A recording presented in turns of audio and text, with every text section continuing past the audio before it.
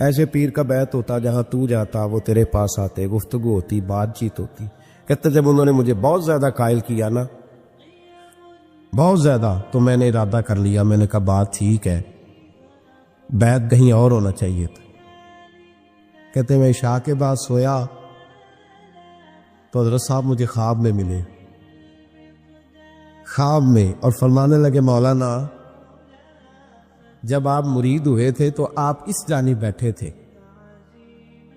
اس کونے میں آپ تھے, اتنے لوگ آپ سے پہلے تھے, اس حال میں آپ مرید ہوئے تھے. اور جہاں تک بات چیت کرنے کی بات ہے تو آپ نے جو دل میں سوچا تھا وہ میں نے آ کے آپ کو بتا دیا ہے. پھر بھی بڑی ضرورت ہو تو میرے صاحبزادے کا نمبر لے لے اور فون کر لیا کریں, بات ہو جایا کرے گی. کہتے ہیں یہ ابھی بات ہو ہی رہی تھی کہ میرے دروازے پہ دستک ہوئی تو میری آنکھ کھل گئی. میری آنکھ کھلی تو میں پریشان ہوں کہ نمبر تو ملا نہیں. ایک انجینئر صاحب میرے محلے میں رہتے تھے, فرماتے ہیں وہ شام کو میرے پاس آئے اور کہنے لگے مولانا سنا ہے آپ حضرت مفتی اختر رضا صاحب سے مرید ہو گئے. میں نے کہا ہاں. تو کہنے لگے میں ان کے مدرسے میں کام کر کے آئے ہوں, میرے پاس ان کے بیٹے کا نمبر ہے, چاہیے آپ کو؟ نمبر ہے چاہیے. کہتے ہیں نمبر مجھے وہ شام کو گھر آ کے دے گئے. اب جب میں آستانہ نور پہ بریلی شریف ملنے کے لیے حاضر ہوا تو میرے دل میں خیال آیا, جب میں اندر گیا نا تو میرے دل میں خیال آیا حضور خواب جو آئی تھی اتنی بھی جلدی کیا ہے, ذرا ٹھہر جائیے. آپ ملے جو تھے تو صاحب نمبر بھی دے ہی جاتے. میرے دل میں خیال آیا تو السلام علیکم کے بعد حضرت کہنے لگے مولانا مجھے تو جلدی کوئی نہیں تھی, آپ کے دروازے پہ دستک ہو گئی تھی. مجھے تو کوئی جلدی نہیں تھی, آپ کا دروازہ بجنے لگا تھا, مجھے تو جلدی کوئی نہیں تھی لوٹنے کی. ہر مشکل دی کنجی یارو ہاتھ مرداں دے آئی, اور مرد نظر کرے جس ویلے مشکل رہے نہ کائی. بس لوگوں یہ یاد رکھو اور اس پہ عمل کرو, اپنی نسبتوں کو مضبوط کرے. ہمارا تو جیسے دن کا اجالا چمکتا ہے نا, چمکتا ہے دل کا اجالا, جیسے نیا دن چڑھتا ہے ہمارے لیے تو ایک نئی روشنی لے کے آتا ہے. اپنے آپ کو بیدار رکھیں. تو بھائی یہ نسبتوں کی بات ہے, نسبتوں کی. پرانی امتوں میں جب کوئی گناہ کرتا تھا تو دروازے پہ لکھا ہوتا تھا سویرے. میرے حبیب نے دعا فرمائی مولا یہ میرے ہیں انہیں رسوا نہ کرنا, اے اللہ میرے ہیں انہیں رسوا نہ کرنا. تو میرے بھائی سن لو اور یاد رکھ لو, لاکھوں پاپ بھی لوگ کر کے آئے, سویرے منہ دھو کے نکل آئے تو عرش کا مالک رسوا نہیں کرتا, بلکہ کہتا ہے تو میرے دامن میں چھپ جا, اندر جا کے جہاں گناہ کیا ہے وہاں جا کے دل سے سچی توبہ کر لے. میں قیامت میں بھی کسی کو نہیں بتاؤں گا کہ تو نے گناہ کیا. تو برکت کس کی ہے؟ رسول پاک کی. یہ برکت کس کی ہے؟ حبیب دو عالم کی صلی اللہ. غلامی کا رشتہ مضبوط کرے. میرے رسول پاک سید عالم نور مجسم صلی اللہ علیہ وسلم نے جو لوگ تیار فرمائے, نیند تو نہیں آ رہی آپ حضرات سے, نبی پاک نے جو لوگ تیار فرمائے, حضرت کعب بن مالک رضی اللہ تعالی, حضور نے فرمایا چلو تبوک پہ میرے ساتھ, سارے چلو, سب تیار ہو گئے. حضرت کعب بن مالک فرماتے مجھے گھوڑا بڑا دوڑانا آتا تھا, نیزہ بڑا چلانا آتا تھا, تلوار کا میں بڑا دھنی تھا, میں مالدار بھی تھا, میرے پاس بڑے وسائل تھے. حضور چلے گئے تو میں نے, یہ بخاری ہے, فرماتے ہیں میں نے سوچا کہ میں چلا جاؤں گا, کل میں گھوڑا دوڑاؤں گا, میں نے پیچھے پہنچ جانا, پرسوں چلا جاؤں گا, ترسوں بس سستی ہو گئی, نہ جا سکا. فرماتے وقت بیت گیا, حضور چلے گئے, آج جاتا ہوں کل چاہتا ہوں, اسی میں حالات سارے گزر گئے, حتیٰ کہ اللہ کے رسول واپس آ گئے. فرماتے کچھ بوڑھے تھے جو نہ جا سکے اور کچھ منافق تھے جو حضور کے ساتھ جہاد پہ نہ جا سکے. آپ فرماتے میں جوان بھی تھا, تیر انداز بھی تھا, اور دنیا عرب سارا جانتا تھا کہ مالدار بھی ہے, اللہ تعالیٰ کی دی ہوئی بڑی نعمتیں, میں نہ گیا اور ہو غلطی گئی, سستی گئی. فرماتے حضور مدینے میں آئے, جب مسجد نبی میں بیٹھے تو منافق آ کے بہانے کرنے لگے. کوئی کہنے لگا بچی بڑی بیمار تھی, کوئی کہنے لگا حضور کل ہی صحیح ہوا ہوں. فرماتے مجھے بھی پتا تھا اور پتا مصطفیٰ کو بھی تھا جھوٹ بول رہے, حضور کو پتا تھا, پر وہ بہانے کرتے, حضور قبول کرتے, میں چلو جاؤ. کہا فرماتے ایک منٹ کے لیے مجھے بھی وسوسہ آیا کہ کوئی بہانہ نہ کر دوں, لیکن پھر میں نے سوچا بہانہ کس کے سامنے کروں جسے اللہ تبارک و تعالیٰ نے نبوت کی آنکھ عطا فرمائی ہوئی ہے, اس معبود کے سامنے بہانہ, اس خیال آیا مسلمان نیک و بد پہچان جاتے ہیں، محمد آدمی کے دل کی باتیں جان جاتے ہیں، کدھر بہانا کروں، حضور کو تو سارا پتہ ہے۔ فرماتے میں گیا، حضور نے پوچھا کیوں نہیں آئے، اور پوچھا بھی مسکرا کے، کیوں نہیں آیا، مسکرا کے پوچھا۔ فرماتے میں نے سچ سچ بولا، میں نے کہا یا رسول اللہ سستی ہو گئی، حضور غلطی ہو گئی، جو بہانے لگا رہے تھے ان کو آزادی مل گئی، اور مکتب عشق کا دستور نرالا دیکھا، اس کو چھٹی نہ ملی جس نے سبق یاد کیا۔ فرماتے ہیں ان کو چھٹی مل گئی، میں نے کہا حضور غلطی ہو گئی، تو نبی پاک نے فرمایا اس سے کوئی بندہ کلام نہ کرے، خبردار میرے ساتھ بھی گفتگو نہ کرنا۔ حضرت کعب بن مالک فرماتے ہیں میرا چچا زاد بھائی، خالہ زاد بھائی سارے رہتے تھے، میں کسی کو سلام لیتا تو کوئی جواب بھی نہیں دیتا تھا۔ فرماتے ہیں میں مسجد میں نماز پڑھنے آتا، پر صحابہ کرام کو حضور نے منع کر دیا تو مدینے کی گلیاں بھی ناآشنا ہو گئی۔ فرماتے ہیں مجھے یوں لگتا تھا کہ مدینے کے در و دیوار بھی مجھ سے کلام نہیں کرتے، میں وہاں دعا منگیا کرو سنگیو کتے مرشد نہ رس جاوے، اے جنہاں دے پیر رس جاندے او جیوندے ہی مرے رہندے۔ کہا اس طرح لگا کہ جیسے اولاد بگڑ گئے سارے میرے حق میں۔ آپ فرماتے میں مسجد میں آ کے بیٹھتا تو جب مجھے پتا تھا میں جب آنکھیں ادھر کرتا تو حضور مجھے دیکھتے، اور جب میں نبی پاک کو دیکھتا تو حضور چہرہ پھیر لیتے۔ بول پڑے خواجہ غلام فرید صاحب، کہنے لگے میں ویکھاں تے میرا یار نہ ویکھے، جی میں نہ ویکھاں تو ویکھے، ایڈے نصیب کتھوں تتڑی دے، او میرے وچ ویکھن دے ویکھے، غلام فریدا او بوے یار دے مریے، پاویں ویکھے یا نہ ویکھے۔ آپ فرماتے میں سید عالم صلی اللہ علیہ وسلم کو دیکھتا تو حضور رخ انور پھیر لیتے۔ حضرت کعب بن مالک رضی اللہ تعالیٰ عنہ فرماتے کہ حضور کا حکم آیا کہ بیوی کو علیحدہ کر دو، بار پہلے کوئی نہیں بات کرتا، اب کہا بیوی کو علیحدہ کر دو، تو میں نے کہا حضور طلاق دے دوں، فرمایا نہیں میکے بھیج دو، طلاق نہیں دینی۔ فرماتے ہیں بال بچہ بھی چلا گیا، نہ گھر میں کوئی نہ باہر کوئی، تنے تنہا۔ آپ فرماتے ہیں زمانہ جانتا تھا، عرب کے صوبوں میں بات پھیل گئی کہ کعب بن مالک جیسا سردار، مالدار، گھوڑ سوار، تیر انداز، نیزہ باز، اتنا بڑا سیانہ سنجیدہ آدمی جدا کر دیا نبی پاک نے۔ فرماتے ہیں غسان کے عیسائی بادشاہ نے مجھے خط لکھا۔ حضرت کعب فرماتے ہیں بڑی آزمائش تھی پر یہ مصیبت سب سے بڑی تھی۔ غسان کے عیسائی بادشاہ نے خط لکھا، اس کا آدمی مجھے ڈھونڈتا پھرتا مدینے میں، میں ملا تو خط اس نے مجھے دیا۔ خط میں یہ نہیں لکھا تھا کہ کافر ہو جاؤ معاذ اللہ، یہ نہیں لکھا تھا عیسائی ہو جاؤ۔ اس نے خط میں لکھا کہ کعب ہم نے سنا ہے تمہارے نبی نے تمہیں چھوڑ دیا، ناراض ہو گئے، تم تو اس قابل تھے کہ صوبے کے گورنر بنائے جاتے، تم تو بڑے عہدے کے قابل تھے، تمہاری تو شہرت ہے سارے علاقوں میں، تم آ جاؤ ہمارے پاس، ہم تمہیں بہت بڑا عہدہ دے دیں گے۔ حضرت کعب بن مالک فرماتے اب میری چیخیں نکلی، اب میں تڑپ کے رویا، میں نے وہ اس کا خط پکڑا اور جلتے ہوئے تنور میں ڈالا اور مسجد نبوی میں سر سجدے میں رکھ کے میں نے کہا اے اللہ میرا ایمان اتنا ہی مشکوک ہو گیا ہے کہ کافر کہتے ہیں میں ان کے ساتھ مل جاؤں گا، اے اللہ میرا ایمان اتنا مشکوک، کافر سمجھنے لگے ہیں کہ میں مسلمانوں کو چھوڑ کے ان سے اتحاد کروں گا۔ یہاں لوگ کہتے ہیں ہم نے پریشر کے لیے ان کو ساتھ ملایا، ہم نے پریشر کے لیے کافر سے سمجھوتا کرو گے، اپنے بھائی پر ظلم کرنے کے لیے بے ایمانوں کے ساتھ دوستی کرو گے۔ حضرت کعب بن مالک فرماتے ہیں میں نے تندور میں ڈالا، میں تڑپ کے رویا، میں نے کہا اے اللہ میرا اتنا امتحان نہ لے کہ کافر سوچنے لگے کہ میں اسے سمجھوتا کروں گا، اے اللہ مہربانی فرما اتنا امتحان نہ لے۔ روتے روتے گھر گیا، سحری تک روتا رہا۔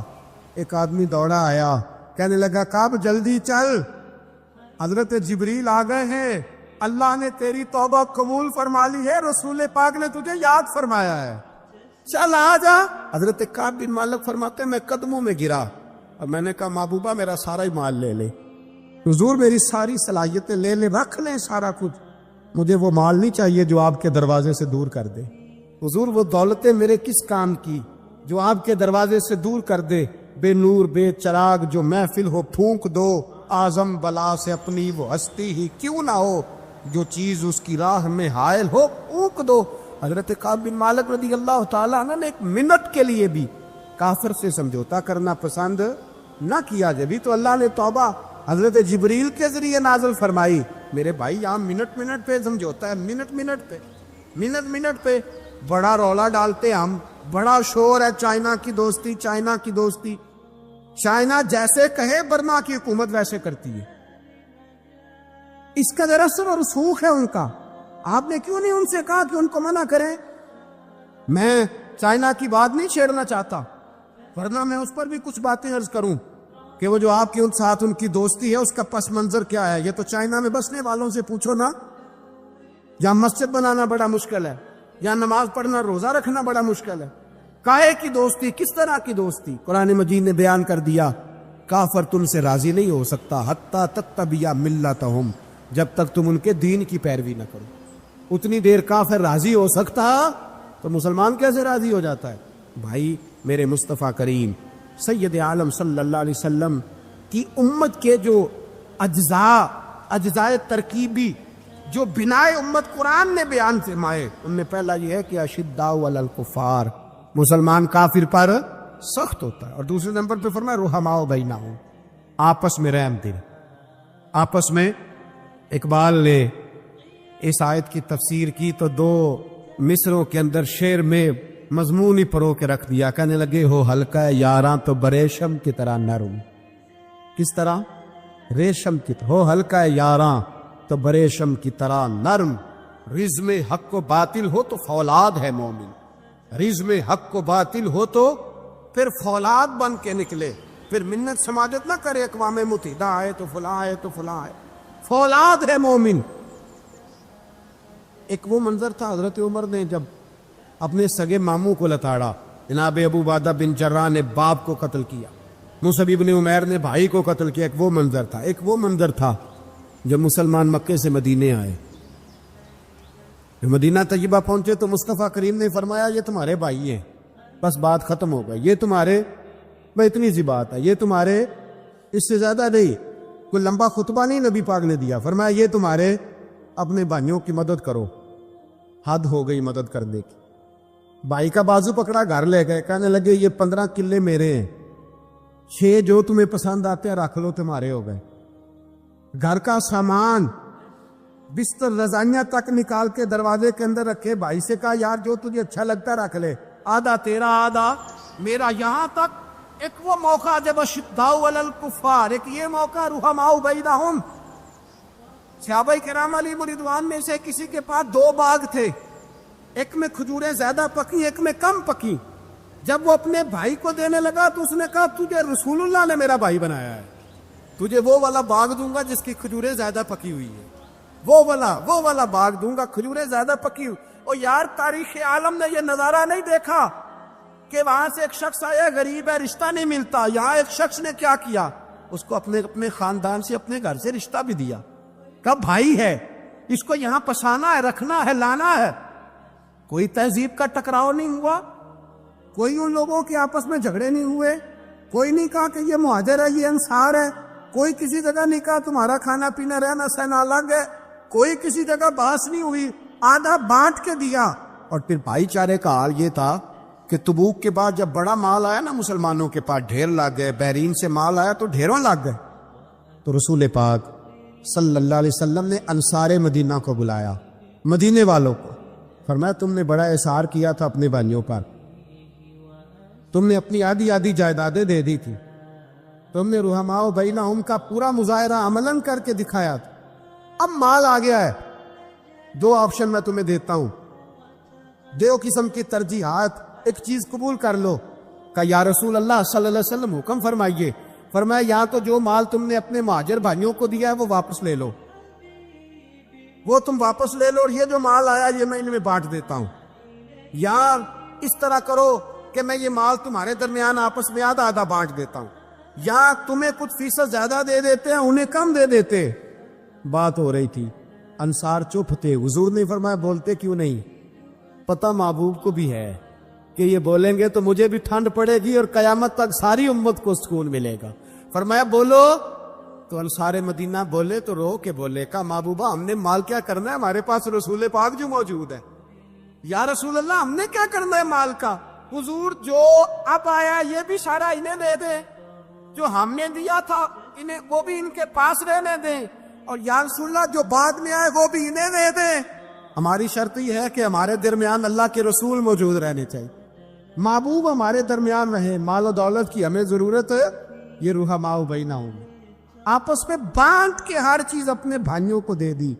حضرت عمر عیسائی بادشاہ ٹائم مانگتا ہے تو کہتا ہے کوئی ٹائم نہیں، چل دوڑ جا۔ ملک شام جاتے ہیں، جب فتح ہوتے ہیں حضرت سعد بن ابی وقاص بلاتے ہیں، شام جاتے ہیں تو حضرت عمر کہتے ہیں شام آئے ہیں یار، سب سے پہلا کام یہ کر بلال کا تو پتہ کر، یہاں سنا ہے بلال حبشی کا مکان بھی کہیں نیڑے نیڑے ہے، پتہ تو کر۔ حضرت بلال حبشی حضرت سیدنا سعد کہنے لگے حضور بلا نہ لے، فرمایا نہیں، وہ مصطفیٰ کا غلام ہے تو میرا تو امام ہے، میں گھر ملنے جاؤں ان کا گھر، رحماء بینہم، کالے رنگ کے حبشی غلام سیدنا بلال حبشی کو ملنے گھر گئے، اور جناب عمر جا کے بیٹھک میں انتظار کرنے لگے، گویا ڈرائنگ روم میں بیٹھے انتظار ہونے لگا۔ جناب سیدنا بلال آئے تو حضرت عمر اٹھ کے کھڑے ہوئے۔ ملک شام کے لوگوں نے یہ منظر عجیب دیکھا کہ جناب عمر فاروق ایک حبشی کے لیے کھڑے ہوئے، اور جب کھڑے ہوئے تو حضرت بلال کہنے لگے عمر بیٹھ جاؤ، یہ کیا کر رہے ہو؟ حضرت سیدنا عمر رو پڑے، کہنے لگے بلال تو حبشی پہلے تھا، جب سے رسول اللہ کا غلام بنا ہے ساری امت کا امام بن گیا، ساری امت کا تو امام بن گیا ہے جب سے تو نبی پاک صلی اللہ تعالی علیہ وسلم کا غلام بن۔ بھائی یاد رکھے جب اشداء علی الکفار کی بات تھی تو اپنے سگے قتل ہو گئے، اور جب رحماء بینہم کی بات تھی تو پھر یہ نہیں دیکھا یہ حبشی ہے۔ توجہ ہے میری بات پر؟ جہاں گئے نا آپ لوگ ادھر دیکھیں، پھر یہ نہیں دیکھا کہ یہ حبشی ہے، یہ رومی ہے، یہ کون ہے، پھر یہ دیکھا کہ یہ رسول اللہ کا غلام ہے صلی اللہ۔ ہمارے ہاں تو نفرتیں پھیل گئی ہیں، وہ بس کرو دی بنگالیوں سے جان چھڑاؤ، وہ بس کرو دی فلانے سے، وہ بس کر یار، رہن سہن اپنا اپنا ہوتا ہے، لیکن مسلمان جس طرح کا بھی ہو اس کے ساتھ نفرت کرنے کی اجازت نہیں ہے۔ پہلی بات اشداء علی الکفار، دوسری بات رحماء بین، اب تیسری بات ہے تراہم رکعا سجدا یبتغون فضلا من اللہ ورضوانا۔ میں نے جو شروع میں بات کی تھی نا کہ اگر خانہ کعبہ میں 40-50 لاکھ حاجی مل کے دعائی مانگ لیتا، دعائی مانگ لیتا مل کے تو کمال ہو جاتا۔ حضرت ابو بکر صدیق رضی اللہ تعالیٰ عنہ سے کسی نے پوچھا تھا بدر میں فتح کیسے ہوئی؟ اب بھی مسلمان کہتے ہیں نہیں جی کیسے لڑے گے جی، ہمیں اپنا بڑا مسئلہ ہے۔ یہ کمزور لوگوں کی باتیں، کمزور جو خدا والے ہوتے ہیں ان کی یہ سوچ نہیں ہوتی۔ یہ آرزو کرم اور میں آپ سے کروں، یہ اس کو دیکھیے جس کا خدا نہ ہو۔ یہ کمزور لوگ ہیں جو کہتے ہیں نہیں کیسے ہوگا، کس طرح ہوگا، جن کو پتا ہو کہ ہماری غیبی طاقت ہے، ہماری حضرت ابو بکر صدیق رضی اللہ تعالیٰ پوچھا جناب بدر میں کیسے جیت گئے؟ تلواریں زیادہ تھی، نیزے زیادہ تھے، کہ آپ کو جاسوسی زیادہ تھی، پتہ زیادہ تھا کہ یوں قابو آئیں گے کافر؟ ابو بکر صدیق فرمانے لگے نہ نیزوں سے جیتے نہ تلواروں سے جیتے، ہم جو بدر میں جیتے ہیں تو مصطفیٰ کی نمازوں سے جیتے، ہمیں جو بدر میں کامیابی ملی تو رسول اللہ کی دعاؤں کی برکت سے ملی۔ فرمانے لگے کافر ساری رات شرابیں پیتے رہے، ساری رات وہ نعت گانے میں مصروف رہے، میں حضور کے خیمے میں موجود تھا، نبی پاک ساری رات نماز پڑھتے تھے، ساری رات اللہ فرمایا صبح جو کامیابی ملی تو یہ مصطفیٰ کی نمازوں کی برکت سے۔ کہہ رہے تھے اب نمازیں عبادتیں ریاضتیں بعد میں کرنا، پہلے جہاد کرو۔ کہہ رہے تھے اب نکل کر خانقاہوں سے ادا کا رسم شبیری، عبادتیں ریاضتیں تلاوتیں درود بعد میں ہوگا، پہلے جہاد۔ تو میں نے کہا صاحب عبادتیں تلاوتیں درود ہو کہاں رہا ہے، پہلے وہ جگہ تو بتائیں۔ خانقاہوں پہ تو عرس ہو رہا ہے، سال کے بعد ڈھول لگ رہا ہے۔ وہ جو زمانہ تھا نا کہ خانقاہ شریف پہ شام تک قرآن مجید ختم ہوگا، فجر کے بعد 50,000 درود پڑھا جائے گا، وہاں لوگ آئے ہیں تو وہاں ذکر کرتے کرتے لوگ اس قدر مست ہوئے کہ انہیں ہوش ہی نہیں کہاں کہ کہاں گئے، وہ تو دور ختم ہو گیا۔ اب کہاں ہے خانقاہ میں؟ اب تو نظر نیاز رہ گئی، ختم شریف رہ گیا، عرس پاک رہ گیا، باقی تو معاملہ ختم ہے۔ وہ کہاں گیا معاملہ سارا؟ بھائی تو آئے التجائیں شہاب الدین غوری سے پوچھا جناب فتح کیسے ہوئی؟ کہنے لگے خواجہ معین الدین اجمیری کی دعاؤں کی برکت سے۔ فرماتے ہیں بابا دعا مانگتا تھا، ہم جہاد کرتے تھے، اللہ کامیابی دے دیتا تھا۔